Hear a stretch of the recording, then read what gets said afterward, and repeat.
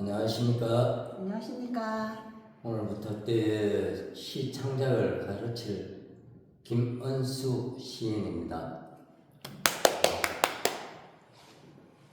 오늘은 제 첫 번째 시간으로 올감이라는 작품을 감상하도록 하겠습니다. 우선 올가미를 제가 한번 낭독해 보도록 하겠습니다. 올가미 김은수. 가장 인자한 손으로 틀을 놓고 아름다운 눈과 향기로 유혹하는 세상. 작은 욕심 살이 찌면 걷잡을 수 없는 그물이 된다. 엉킨 올감이 풀어 사슬을 끊고 벽을 허물어야 한다. 내 속에 올감이 애당초 만들지 마라. 감사합니다. 이 올감이라는 작품은 지금 현 시대적인 상황을 이슈 유머러스하게 이렇게 어떤 인간의 본성을 되돌릴 수 있는 그런 이슈가 되는 작품이라고 생각을 합니다. 즉 국악적으로 말한다면 풍자시와 같은데 거기에서 일반적인 우리의 삶의 그런 모습들을 갖다가 예시를 통해서 그 다음에 어떤 우리가 나아가야 될 그런 유토피아, 미래의 이상과 꿈을 갖다가 이 마지막 내용에다가 넣었다고 생각을 하시면 되겠습니다. 제 사연으로 이루어진 이 작품을 우선 본다면은 1년은 기라고 봐야 되겠죠. 그리고 기승전 결이라는 기본 구도로 형성되어 있습니다. 그랬을 때 모두가 알다시피 이 올가미라는 것은 동물을 갖다가 동물, 또 물고기,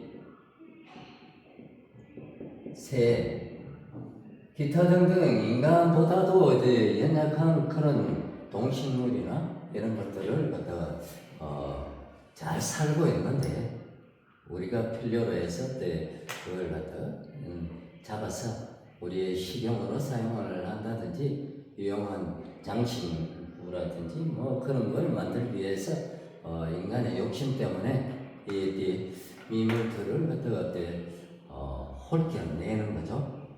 그래서 어떻게 보면은 멧돼지나 호랑이, 토끼 이렇게 본다면은 덫과 같은 그런 말입니다. 똑같이 올가미는 바로 덫이죠. 덫이고 또 물고기로 말한다 하면은 그물이 될 것이고 동물은 덫이고 새는 뭘까요? 하나의 새는 어릴 때 보면은 마당에 이렇게 강저리를 갖다가 이렇게 놔두고 그렇죠? 이렇게 막대기 하나를 갖다가 딱 세워놔요. 그리고 끈을 갖다가 이렇게 묶습니다. 그래서 방 안에서 이렇게 앉아갖고 여기다가 맛있는 음식을 갖다가 놔두는 거죠. 놔두면은 새가 날라오죠. 새가 날라와서 먹을 때 이걸 갖다가 톡 당겨갖고 잡는 바로 그런 것이죠. 그래서 이 올가미가 꼭 이렇게 동물이나 이렇게만 적용이 될까요? 그렇지 않죠. 인간한테도 똑같은 정신적인 덫, 그리고 육체적인 덫, 그리고 사물적인 덫이 도사리고 있습니다.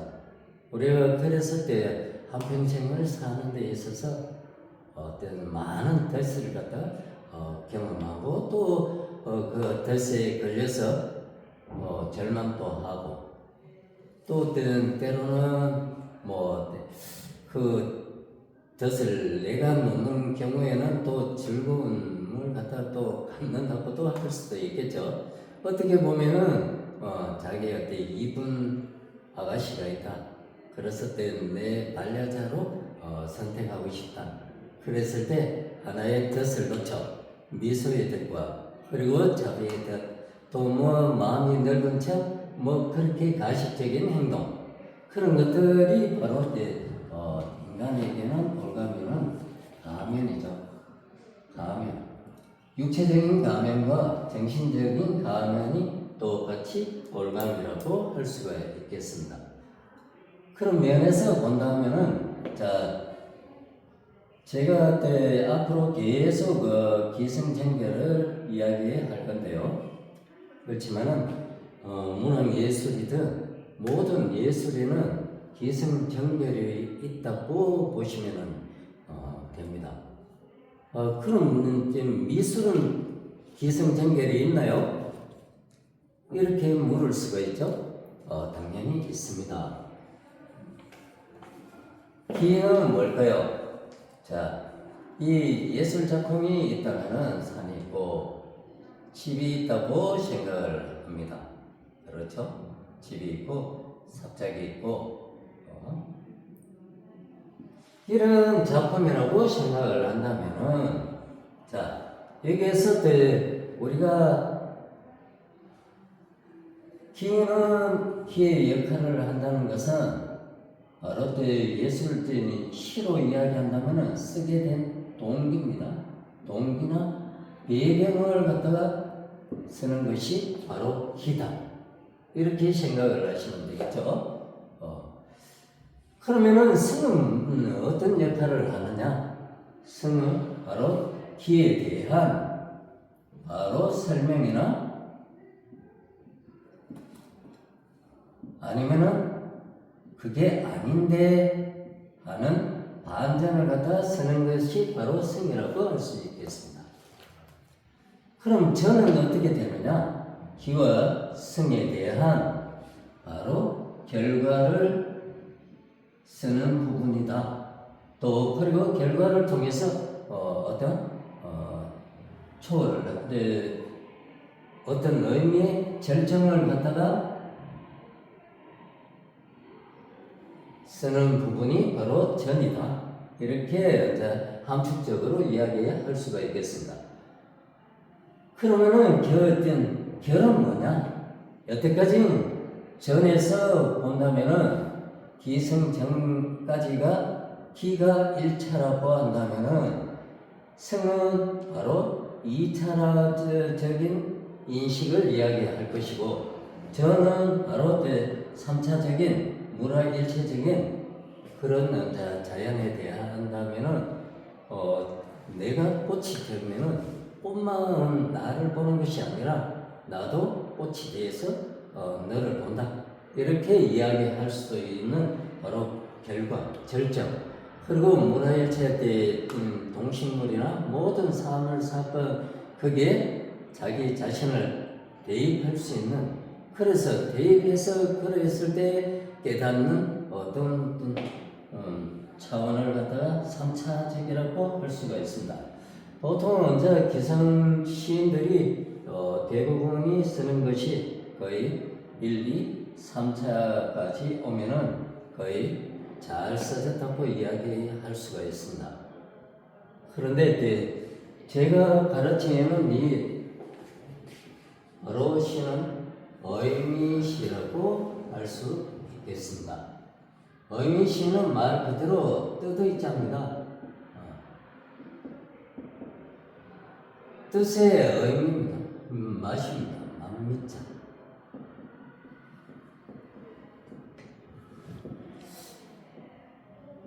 그래서 뜻의 맛을 갖다가 느끼는 것이 바로 의미시기 때문에 이 뜻의 의미는 결국은 불교적으로 종교적으로 이야기한다면은 어떤 깨달음을 이야기합니다.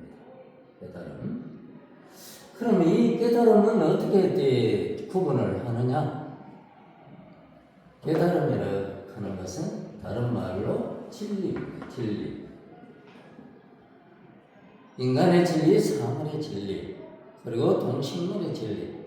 모든 이 세상에 눈에 보이고 보이지 않는다 하더라도 그것들에 대한 어떤 만들어진 이유가 있듯이 바로 그런 논리, 바로 법칙 같은 우주의 법칙. 그 어찌 우리의 우주가 볼 수가 있는 거는 그냥 토성, 금성, 목성, 하면서 천왕성, 해왕성 그렇게 이야기를 하죠. 그렇게 어쨌든 거리에 따라서 크기에 따라서 색깔에 따라서 여러 가지 판단을 하지만은 그러면은 그게 보이는 진리라고 한다면은 보이지 않는 불안이죠. 불안은 아닐 불자에 편안할 안자예요. 그죠?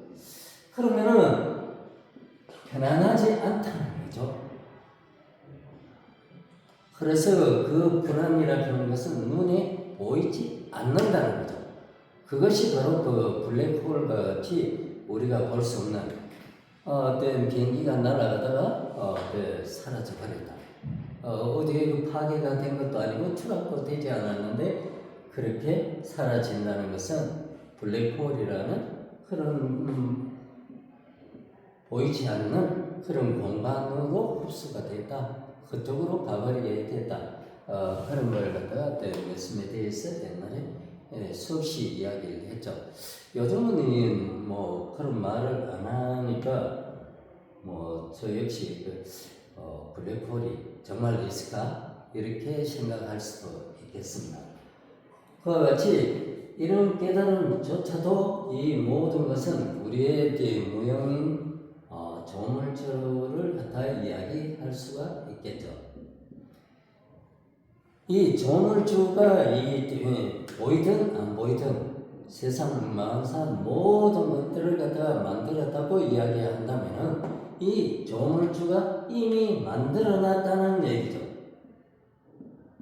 만들어서 그냥 보이기도 하고 안 보이기도 한다는 거죠. 안 보이는 이 세계를 갖다 만들어 놨는데 왜 만들었을까? 그리고 왜 그것들이 존재하고 있을까? 이걸 생각을 한다면 바로 어떤 진리나 깨달음 이런 것들에 대한 우리에 대해 끊임없이 없는 노력을 한다는 것은 바로 인간이 해야 될 내 생각할 수 있는 내가 있다는 거죠. 그래서 내에 대해 3%만큼 가장 잘 열려고 발달되고 그렇게 개발되는 내가 3% 5%라면은 그러면은 100%가 열렸을 때에는 어떻게 되겠습니까? 그게 영원한 적도 있지만은 바로 조물주의 마인드가 바로 100%가 아닌가. 그럼 이 100%를 위해서 우리는 인간은 만물의 영장이라고 하는 그 이유 자체가 생각할 수 있는 인간이기 때문에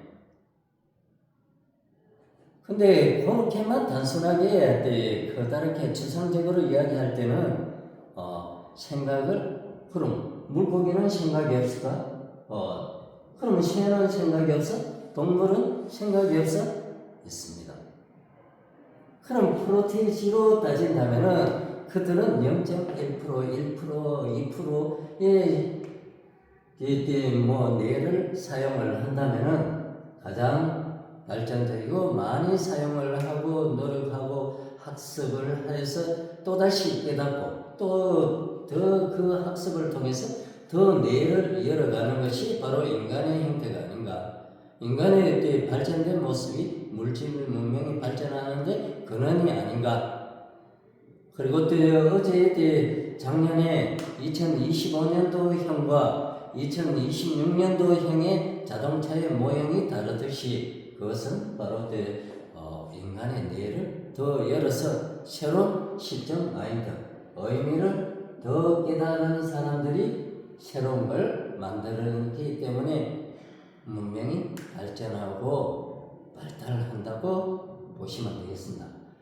그럼 이 가면은 우리 인간이 만드는 건데, 우리는 아까 말했듯이 철학적인 면도 바로 의미시에서는 당연히 포함되는 이야기입니다.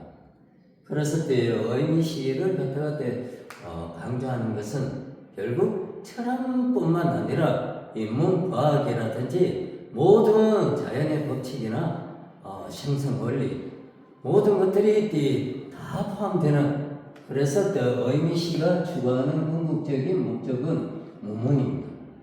없을 문자에 문자, 문을 없애야 된다는 그런 사고로 문학 예술을 시로 표현을 하는 것을 의미시라고 이렇게 명명을 한다는 걸 기억해 주시면 감사하겠습니다. 그럼 구체적으로 가장 인자한 손으로 틀을 놓고 아름다운 눈과 향기로 유혹하는 세상이라고 이 작자가 느꼈겠죠. 그래서 작중 속의 인물은 작자는 김원수입니다. 그렇지만은 작품 속에 있는 본래 이 대변할 수 있는 사람이 바로 화자죠. 화자를 통해서 작자의 감정이나 주관이나 자기에 대해 깨달음이나 사상, 진리에 대한 이야기를 갖다 풀어놓게 되는 거죠. 그렇게 된다면은 그럼 이 하자는 사람만 하자일까요? 그렇진 않죠. 여기에서는 하자는 바로 올가미가 바로 하자입니다. 그러면서 또 올가미가 하자가 되기도 하고 또 안 되기도 하면서 또한 올가미를 갖다가 갖고 있는 사람 아니면은 올가미에 씌이는 사람, 그 모두가 하자가 될 수도 있다는 무문의 어떤 의미가 들어있다고 생각을 하시면서 이 시를 갖다가 접해 보면 좋겠습니다. 처음에 어떤 사람을 유혹하는 데는 뭘까요? 가장 인자하게 손을 내밀죠. 유혹의 성격은 항상 달콤해요. 그리고 넉넉하게 보이고, 그리고 풍요롭고, 내가 편안히 쉴 수 있는 안식처와 같은 그런 틀을 갖다 만듭니다. 그래서 틀을 놓고 아름다운 눈과 향기로, 눈은 마음의 창이라고 이야기를 하죠. 그 창을 들여다보면은 바로 그 사람의 내면을 어느 정도 우리는 느껴가는 거죠. 느낄 수 있고, 그걸 갖다가 직감, 예감, 선입감, 어떤 초면에 이렇게 느껴집니다. 착하게 보여집니다. 못되게 보여집니다. 이렇게 이야기를 하는 거죠. 그래서 그리고 우리는 보이지 않는 향기, 호로 맞는 거죠. 그래서 후각적인 면을 쓰는 가운데 후각이고, 이거는 시각이죠. 시각적으로 마음을 갖다가 알 수 있다. 그래서 유혹을 하는 이 세상이 됐더라. 왜? 지금 21세기의 모든 사람들이 인간의 욕구인 돈과 명예와 권력을 따르지 않나요? 그 삼욕을 갖다가 물리칠 수가 없죠. 그리고 인간의 죽을 때까지 버리지 못하는 그 시기 질투 속에 바로 돈과 명예와 권력을 이야기할 수 있겠습니다. 그렇다 보니까 그런 세상이 돼 있더라. 어쩌면 정말 큰일 났습니다.